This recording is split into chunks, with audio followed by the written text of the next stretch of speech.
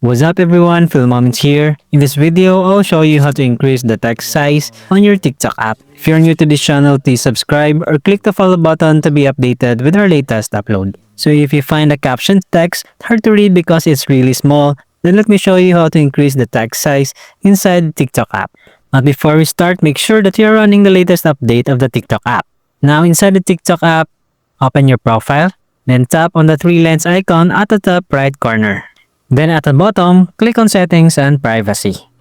Now once you're in here, scroll down until you see Accessibility. Click on it. Now from here, you will see this very first option, which is Text Size. After that, here at the bottom, TikTok will give you a slider which you can slide to the right or left, and this will basically adjust the text size of the caption or all of the text inside the TikTok app. So if you want it small, go ahead and slide it to the leftmost, or if you want it bigger, go ahead and slide it to the rightmost.